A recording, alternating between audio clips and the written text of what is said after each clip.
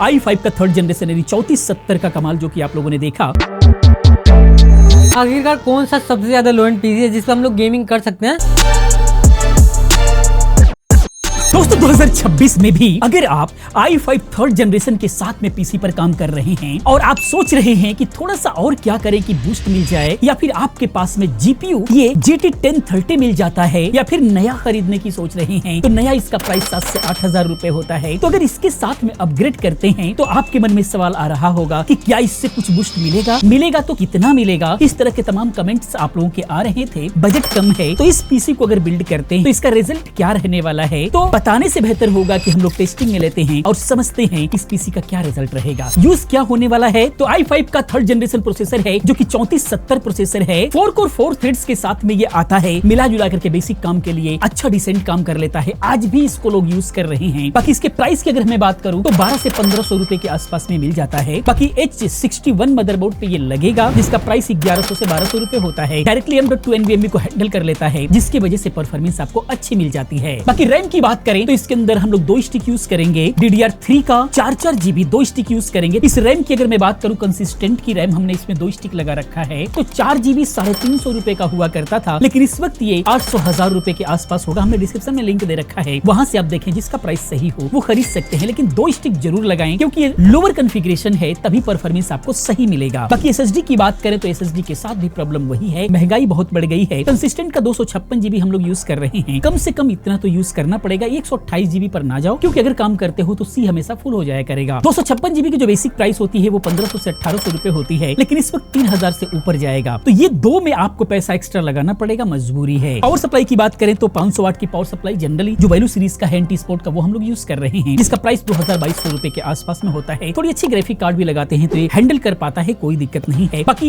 इतना बजट नहीं है और कम में लेना चाहते हैं तो जेब्रोनिक्स का हो गया, एंटवैल्यूज वगैरह का हो गया जो कि 1000 रुपए के आसपास में मिल जाएगा। उसका भी लिंक हमने दे रखा है, उसे बाय कर सकते हैं। बाकी जोटेक की तरफ से आने वाला नया हमारे पास GT 1030 है जियोफोर्स का, जिसको हम लोग इसके अंदर यूज करेंगे। देखेंगे क्या परफॉर्मेंस बढ़ करके मिल रहा है। नए की प्राइस 7000 रुपए के आसपास है, यूज्ड में 3-4 हजार रुपए का मिल जाता है तो बहुत अच्छी बात है, आप ले सकते हैं। बाकी कितना बूस्ट मिलेगा समझते हैं। कैबिनेट की बात करें तो फ्रंटेक वगैरह का ले सकते हैं जो कि 800-900 हजार रुपए के आसपास में मिलेगा। ये ओवरऑल मैंने बजट बताया है आपको। टोटल करेंगे 8 से 10 हजार रुपए के अंदर ये पीसी बिल्ड हो सकता है। ग्राफिक कार्ड को लगाएंगे तो 12,000 तक जा सकता है। बाकी हम लोगों ने जिग पे लगा रखा है टेस्टिंग के लिए। चलिए चलते हैं, देखते हैं इसका परफॉर्मेंस कैसा रहा। दोस्तों आगे डेस्कटॉप पर आइए पहले कॉन्फ़िगरेशन देखते हैं। यहाँ पर आप देखेंगे इंटेल कोर i5 का 3470 प्रोसेसर लगा हुआ है। 4 कोर 4 थ्रेड्स है और यहाँ पर जीपीयू की बात करें तो एनवीडिया GeForce GT 1030 लगा हुआ है जो कि 2 GB के साथ में आता है। टेस्टिंग की अगर हम लोग बात करें तो घंटों हम लोग ट्राई किए हैं ताकि आपके पास सही रिजल्ट हम लोग पहुंचा सके। MS ऑफिस को हम लोगों ने ट्राई नहीं किया क्योंकि जो i5 थर्ड जनरेशन है, जो iGPU है, उसके साथ ही जो है वर्ड, एक्सेल, पावर पॉइंट आराम से चल जाता है। लेकिन साथ में ही अगर आपने GT 1030 लगा दिया है तो MS ऑफिस में बिल्कुल भी दिक्कत नहीं होगा। MS Word, PowerPoint, Excel वगैरह चला सकते हैं आराम से, कोई दिक्कत नहीं है। बाकी हम लोगों ने ट्राई किया 2021 का कोरल ड्रॉ, जिसपे एक हाई भी फाइल ओपन किया, उस पे हम लोगों ने कुछ देर तक काम करने की कोशिश किया। कोरल ड्रॉ के अंदर बिल्कुल भी दिक्कत नहीं है, एक ठीक ठाक प्रोजेक्ट पे आप काम कर सकते हैं। कोई भी ग्राफिक डिजाइनिंग्स वगैरह अगर करना चाहते हैं, कोरल ड्रॉ सीखना चाहते हैं तो ये सारे काम ठीक से कर सकते हैं। वहीं पर अगर हम लोग आ गए फोटोशॉप के ऊपर तो फोटोशॉप पे हमने थोड़ा सा हैवी फाइल ओपन कर रखा था जो कि 2021 ही है ये भी वर्जन। तो इसके अंदर हैवी फाइल पे थोड़ा सा लैग फील कर रहा था क्योंकि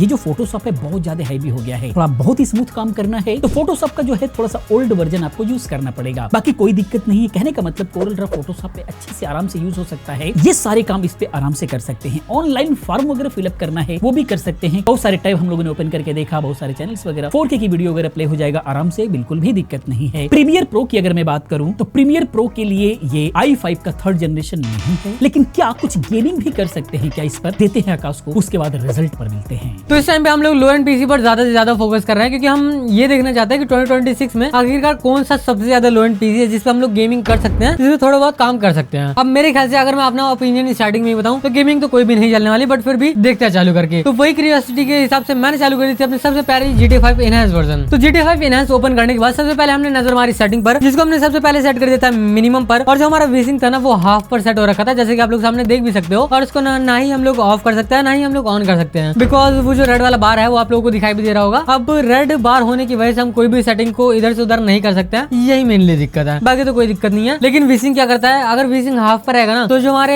FPS है वो 30 पर ही लॉक हो जाएंगे, 30 से ऊपर नहीं जाएंगे, 30 से नीचे जा सकते हैं, 30 से ऊपर नहीं जाएंगे। तो इसलिए वीसिंग पता नहीं क्यों गेम में दे रखा है, बट ठीक है ओके। तो जब हमने गेम प्ले किया तब उस हिसाब से अगर मैं देखूँ तो गेम प्ले तो है वो 30 के आसपास ही चल रहा है, मतलब वीसिंग हाफ है तो उसके अकॉर्डिंग देखा जाए तो बहुत ज्यादा सही चल रहा है, उतनी ज्यादा दिक्कत भी नहीं है 30 FPS के अकॉर्डिंग। अगर वीसिंग ऑफ रहता तो और अच्छे FPS मिल सकते थे, लेकिन हाँ 30 FPS में गेमिंग कर सकते हो। तो अगर इसमें बातचीत करें जीपीयू यूसेज की तो जीपीयू यूसेज इसमें हमारा 80% के आसपास था। सीपीयू यूसेज की अगर बात करें तो 70% के आसपास हमारा सीपीयू यूसेज था। सीपीयू टेम्परेचर हमारा 60 डिग्री के आसपास था, जो कि ठीक ही है, 80 से ऊपर जाकर तब जाके हमारे में दिक्कत है। तो अगर रैम यूसेज की बातचीत करें तो 8GB रैम हमने लगा रखा है, जिसमें से 7GB यूसेज में है, जो कि बहुत सी रैम को अच्छा खासा यूज कर पा रहा है। खेलना चाहो तो खेल सकते हो, अगर हाँ इससे भी ज्यादा स्मूथनेस चाहिए तो आप लोग GTA 5 लेगेसी को जरूर से ट्राई करना। अब बात करते हैं हमारे नेक्स्ट गेम की, जो है हमारी काउंटर स्ट्राइक 2, जिसकी सेटिंग हमने रखी थी लो पर। और अगर इसमें जीपीयू सिनेरियोज की बातचीत की जाए तो जीपीयू यूसेज इसमें हमारा 100% है, और सीपीयू यूसेज की अगर बातचीत की जाए तो 100% हमारा सीपीयू यूसेज भी है। सीपीयू टेम्परेचर इसमें हमारा 65 डिग्री सेल्सियस, जो कि अभी भी सही है। रैम यूसेज इसमें हमारा 7GB है। और FPS के बारे में मैं कुछ बोलना नहीं चाहूंगा, जब सामने बंदा नहीं रह रहा है तो बहुत ज्यादा अच्छे FPS आ रहे हैं, जब सामने बंदा जा रहा है तब जो हमारे FPS है वो पूरा खत्म हो जा रहा है। अब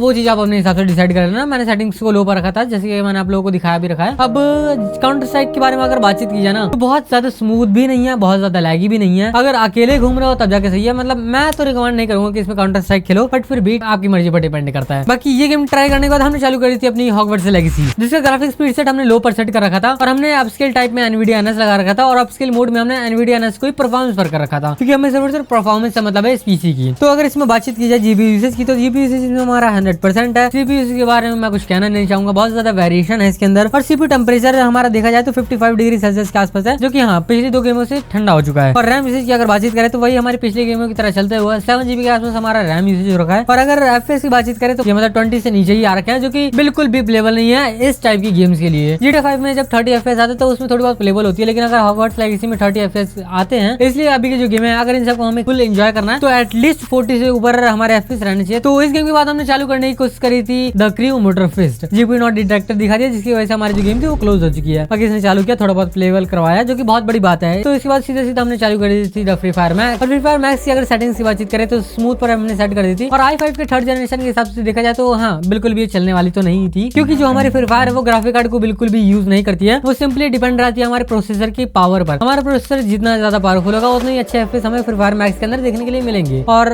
i5 के 3rd जनरेशन से तो वैसे भी कोई उम्मीद नहीं थी, बट कोई बात नहीं, हमें दिखाना था और हमने वही चीज दिखाई आप लोगों को। आई होप आप लोगों के सारे डाउट्स क्लियर हो गए होंगे। अगर नहीं क्लियर हो तो कमेंट जरूर करना, रिप्लाई जरूर मिलेगा। तो मिलते हैं ऐसी नेक्स्ट इंटरेस्टिंग वीडियो के लिए, तब तक के लिए बाय बाय। i5 का 3rd जनरेशन यानी 3470 का कमाल जो कि आप लोगों ने देखा, साथ में GT 1030 दोनों मिलाकर के पेयरिंग अगर होता है तो आपको प्रोडक्टिविटी में बूस्ट अच्छा खासा मिलेगा, गेमिंग में भी मिलेगा, लेकिन मजा नहीं आएगा। और दोनों ही स्टिक आप यूज करते हैं तभी जाकर के सही तरीके से काम कर पाएंगे। तो यही इसका रिजल्ट था। हमारा प्रयास कैसा लगा प्लीज आप कमेंट में जरूर बताएं। इसी प्रकार की तमाम वीडियोस को देखने के लिए चैनल को सब्सक्राइब करें, क्योंकि इस तरह की तमाम वीडियोस मैं लेकर के आता रहता हूँ। मिलते अगले वीडियो में किसी और अच्छी इन्फॉर्मेटिव वीडियो के साथ में। पूरी वीडियो देखने के लिए चैनल को सब्सक्राइब करने के लिए आप सभी का बहुत बहुत धन्यवाद।